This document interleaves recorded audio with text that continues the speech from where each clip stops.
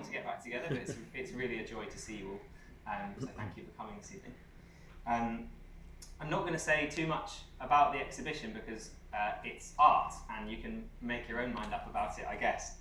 But what it means to me and what it shows is the sort of themes of relationships and collaboration come through really strongly for me when I look at it. This idea of sort of quiet, under the radar, sort of patient change comes through for me, and there's something about it being a bit of an antidote to despair, which I don't know about you, but I can sometimes feel a bit despairing, and so this is a really welcome antidote for me, and hope it is for a lot of you as well. So obviously, in many ways, this exhibition is 20 years in the making, but in the more literal sense, it's about 2 years in the making. I remember talking to Rachel, our contract manager at the County Council, about this back in sort of 2018, probably. And so it's been a long journey since then, and I just want to honour everyone who's been involved at different stages along the way, and I'll say some specific thank yous a bit later on as well.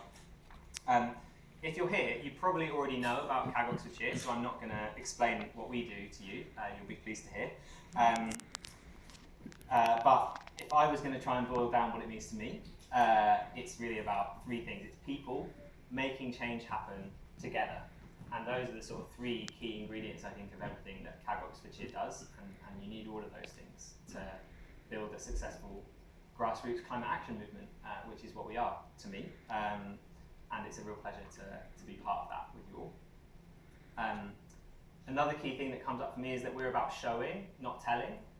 We don't just sit on the sidelines and lecture. We don't just wish things could be different, but we show people that things can be different. Things are different now when we get together and we make stuff happen. And obviously, this exhibition has that in buckets for me. It's all about showing and not telling. So I'm really pleased that that's going to come through in the exhibition. We've grown. We're growing a lot as a network, so much that we've had to be like, slow down, everyone. One new group a month, because we're a very small team, and it's overwhelming, but it's a really lovely overwhelming in many ways. So in my time, in the last 4 years, we've grown from 62 to 97 groups in the network. We've also broadened, and really pleased to say that there are lots of groups now in the network who aren't, sustainable village, or they're not low carbon XYZ. They're groups with other focuses, other areas of interest, but they recognise that climate action has to be part of their mission and what they do. And there are also a number of groups that are trading, successful social enterprises, cooperatives in the network. And that increasing breadth over the last few years, I think, is really making us stronger, and I think is a theme that we'll build on over the coming years, is that sort of strength in breadth. So I'm going to come on to the thank yous, and we just do a big round of applause at the end of the thank yous, rather than, it'll take a long time. So the Old Fire Station, thank you so much. I said at the beginning, but particularly to Amy and everyone here tonight. You've treated us with a lot of kindness and taken a big step with us to put your first sort of bigger in-person event on. We really appreciate it. The Museum of Oxford, particularly Marta, who's here this evening, really been with this project from the start and feeding in lots of expertise from putting on lots of exhibitions. The County Council, we really can't say thank you enough to the County Council. They've been our key partner as a project for 17 years, so since I was about this tall. And our partners from like way before it was cool. Climate action is cool now. People want to put on art exhibitions and stuff. Everyone's talking about the climate crisis. But Oxfordshire County Council and some really important people, had the foresight to invest in this project 17 years ago. And now we've got nearly 100 groups, and lots of other county councils, local authorities around the country are like starting from scratch now. And they're thinking, how do we do this? How do we build a citizen-led climate action movement? And now we're here to sort of show them how it can be done. And also that it takes a really long time, unfortunately. But we really want to say thank you again to the County Council for all their support over the years. Specific funders for this exhibition include the Low Carbon Hub, so thank you to the folks from Low Carbon Hub here tonight. Transition Network as well gave us some funding, and the West North Solar Cooperative, who have a close relationship with WeSet, who are now a part of the exhibition, all provided really important funding to enable this to happen. I want to thank our CAG staff team. Everyone's been involved in various ways, but particularly Christabel and Attain have done loads over years. And recently, thank you to Alice, who joined our team about 3 weeks ago and has been thrown into this slightly chaotic build environment. Everyone's done really well. Thank you to our board members who give up their time to guide us as a team and support us. And also just want to say thank you, since we're looking back over the last 20 years, to all the past members of staff, people who've advised us, colleagues at Resource Futures who ran the project for many years until a couple of years ago. So we we stand on their shoulders in a literal sense.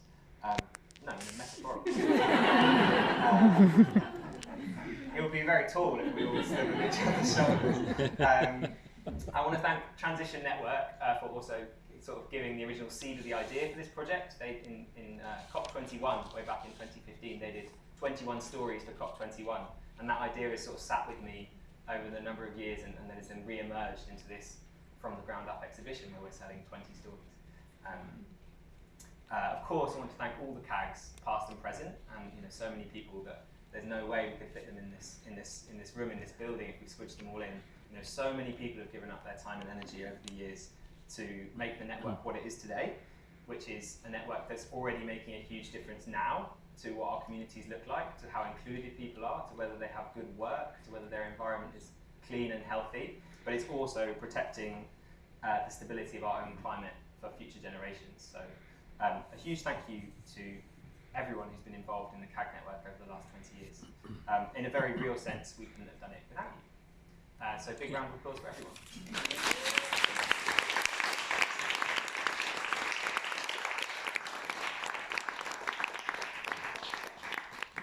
So I just want to encourage you to spread the word. If you're here, it's probably because you already care quite a lot about climate change, which is great, and you're already probably involved in doing lots of amazing things. A lot of other people aren't yet, but maybe they will be if you invite them to come to this exhibition. It's free. It's on until the 9th of October, and I really think, just from my journey around it, there is something for everyone. I'm sure everyone can take something away from this exhibition. So take some posters before you leave, put them up where you live, get on social media, shout about it, put it in your newsletters, tell your postman, your friends, your neighbours, all of that. And before you leave as well, if you could leave us a bit of feedback on the feedback wall, which is by the Gloucester Green entrance up there. It will start to give this a bit of life and a bit of all of your feedback and flavour to it, which we'd really like. We also encourage you to look at the website, check out the workshops that are coming up through the next few weeks in the space. And I don't know the details about this, but we're also somehow going to take this exhibition on tour to various parts of the county. I think there's some cargo bikes involved, maybe some electric vehicles. It's going to be very exciting and a logistical nightmare. But we're really excited to do that, so look out for when it pops up in different parts of the county. So just to start wrapping up, as most of you know, I'm in the process of leaving CAG, which I only mention because we'd love your help to spread the word about my role. It's a pretty great job. It really is. And we'd love your help sharing that opportunity with anyone who you think would like to be involved with our amazing team. And I just want to leave you with an invitation. So really enjoy this celebration together. It's really special to be together with you all. And I'll just invite you to take a moment to really appreciate yourself and the role that you've played, whatever it is, in building this network, in building this exhibition, and just appreciate yourself for that. And with that, I want to hand over to Eleanor from Rose Hill and Iffley Low Carbon.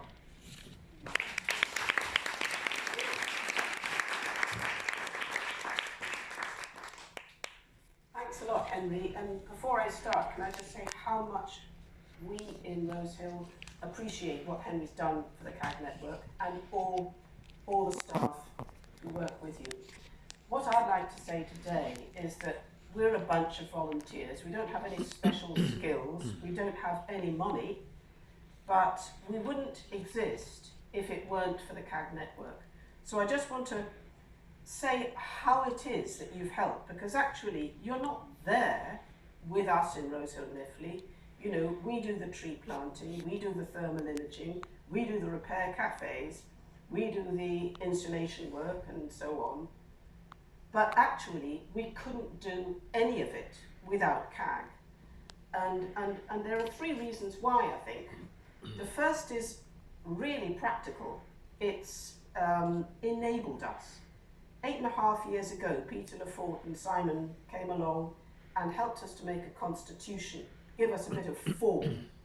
They helped us set up a bank account. They gave us training, so we learned how to do the thermal imaging. We learned how to do the tap-pat testing, and that enabled us to do the swap shops and repair cafes and the installation work. You gave us loans of things. You gave us the thermal imaging camera. By the way, I've just brought it back. We couldn't have afforded to pay for that, but that's loaned out by CAG.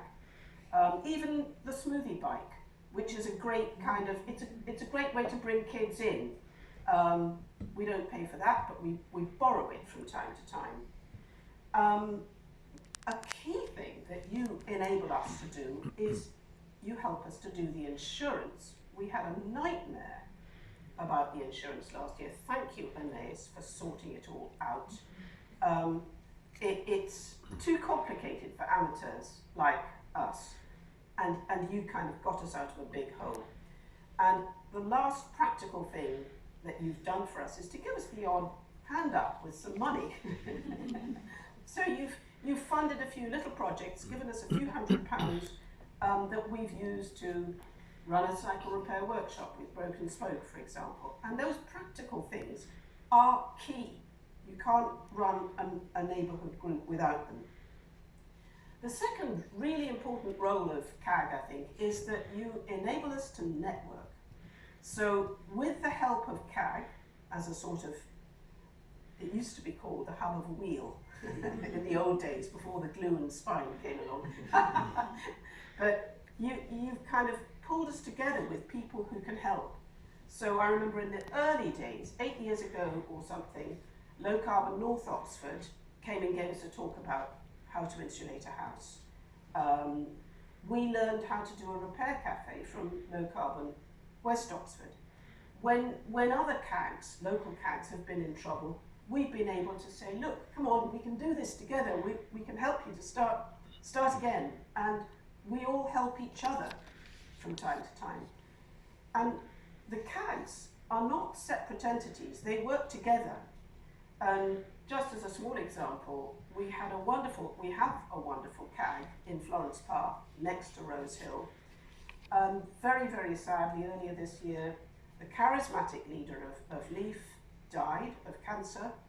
And we are, the city CAGs have got together, Low Carbon Oxford North, East Oxford, West Oxford, Rose Hill Iffley, Friends of the Earth, and we are making an avenue in Florence Park in memory of Jan, planting some elms, but that's something we couldn't have done on our own. It's because we work together, and that is enabled by CAG.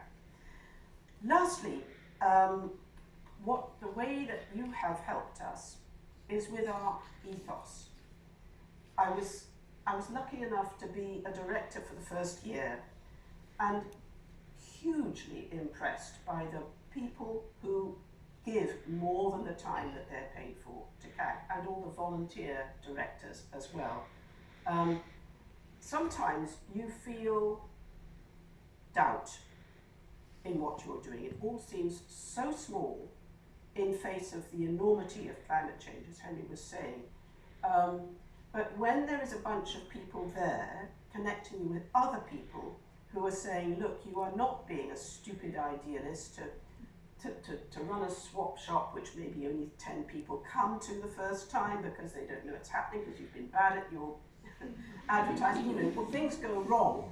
But that feeling that we share an ethos of diversity, pulling in people who are not green activists, trying to involve people from different ethnicities, religions, language groups, and even, people who are politically different from us, trying to pull them in.